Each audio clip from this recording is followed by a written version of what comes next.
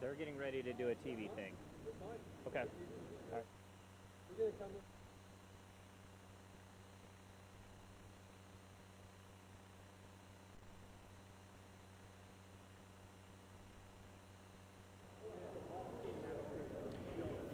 All right, guys, welcome back to the 2025 Chicago Auto Show. It's been a busy morning. We've been able to check out some of the press conferences here.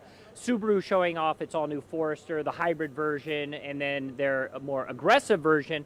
And we're talking about being able to take them off-road. So when we think about that, we're talking about Subaru and their Forester with the Wilderness package. Then we went over to Jeep to check out the Limited S, which is their all-electric SUV. A little smaller in stature, made a quick stop over at Cadillac, and then BMW. Now we've made it over to the test track, but this one comes with a little bit of a twist. You've all been able to follow Rivian since their introduction a few years ago, and I was just talking with one of their team members here.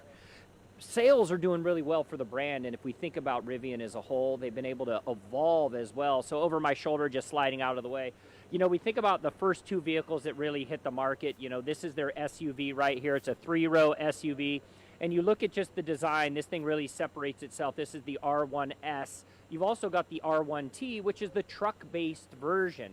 So consumers at the show can come out and they can take one out on the test track, get a chance to experience it. But we've got these cool vehicles over here. I'm just going to have you guys pan to this for a second. This is one of their new vehicles here at the show, and I'm going to meet Ryan up at the front. We're going to talk a little bit about it. So as we make our way to the front, we're taking a look here at this new Rivian, smaller statured SUV, and then we're going to get over here and talk about this in a minute as well. So as we think about the evolution of the brand, this is the new R2, and Ryan Joyce, thank you. Anytime. By the way. How you doing? I'm great, man. So he is on the interior design side for these vehicles, and first off, I walked up and when I looked at this new vehicle over here, the design is insane on the inside. It's just so beautiful.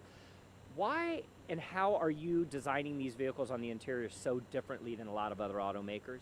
I mean, I think it starts with our relationship with the customer, really listening to see what they want.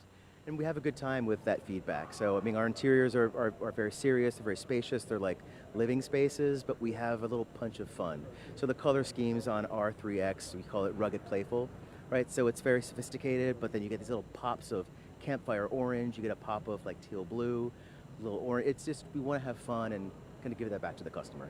I also think what's unique about Rivian as a brand, as a whole, when we think about it, is your dedication to sustainability, right? A lot of automakers talk about it. Well, you actually live it. Vegan leathers on the inside, synthetic leathers on the inside, using recycled products as well. We'll come down here and take kind of a closer look as we make our way down. Using recycled products is important, especially when you're building a vehicle. It also helps kind of start to drive price down a little bit as well. Talk about what you love the most about designing these vehicles on the interior. I mean, Rivian gives us a pretty open kind of blank piece of paper. I mean, to do anything we want. So we like to balance enough storage, enough nice materials, enough technology, and then bring that together in a cohesive way that is just kind of effortless and calming, right? We're all about being able to go onto your adventures and carry enough gear, get there safely, and then have a good time with the family. So let's talk about the evolution of the brand, right? So we were just talking about the larger SUV that first came to market, and then you had the truck, and now we're getting a little bit smaller in stature. There's a reason and a strategy for that. Yeah, I mean, with R2 in particular, we wanted to take everything great about R1, our 3-row flagship, condense it just a little bit, right, so that it could be more accessible to people as a 2-row. I mean, it takes everything great. It still has that kind of formal premium stature on the exterior. The surfacing is just a little bit more serious, a little more agile, a little more sporty. And on the interior, I mean, there really aren't many compromises that we've made. We've taken that kind of premium feel and just kind of toned it to the right level where it's accessible for a larger amount of people.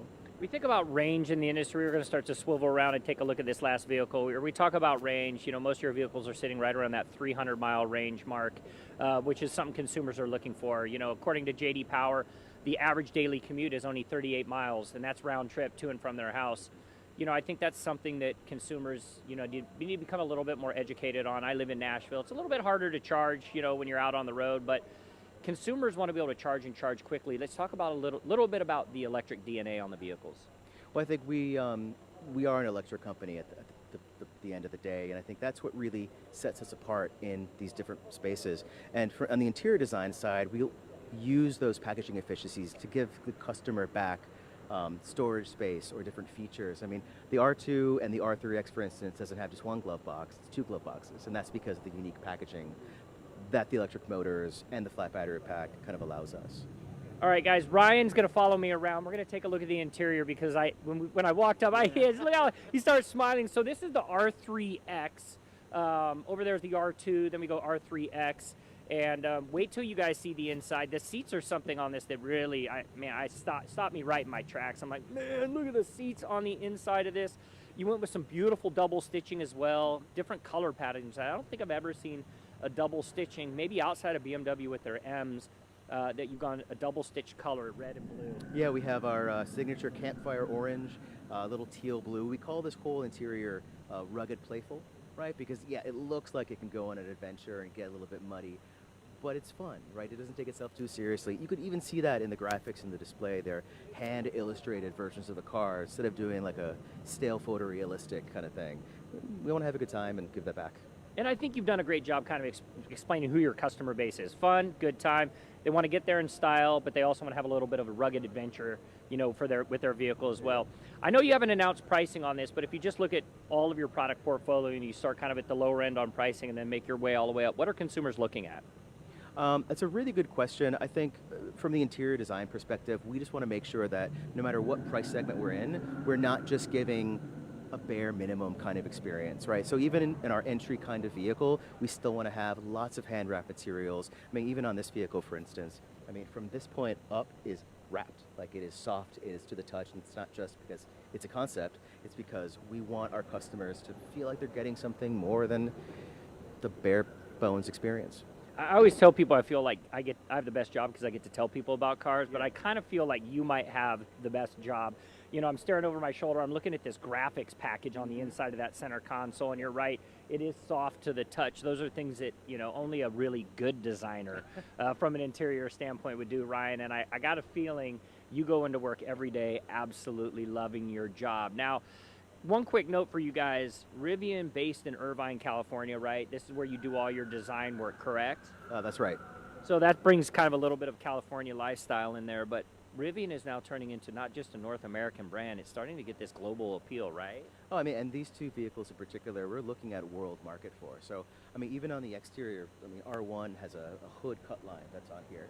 But because we want these to be international, we're moving it to the side so that it's got better Ped Pro, head impact, better safety features, and then making that a part of the feature of the vehicle. You can see this cut line creates a bone line that goes down the entire stripe of the vehicle. So yeah, absolutely, we aspire to be international, and people are digging the cars, so we want to get them up there. Not only that, but you're letting people test drive them here at the Chicago Auto Show as well. Ryan Joyce, thank you so much. Thank you so much. Yeah. All right, guys, you know what? A lot of things happening here at the 2025 Chicago Auto Show. We're checking out some of the hottest vehicles here. This is Rivian, and I'll tell you guys right now, it's an exciting time to be in the auto industry, and when you're an exclusive automaker dedicated to electric vehicles, it's not just about the technology, it's about creating vehicles that are fast, they're fun, and they're cool. We're going to be making our way around the auto show a little bit more. We got some more vehicles to bring to you guys. Stay tuned because we're going to be back with you in just a little bit.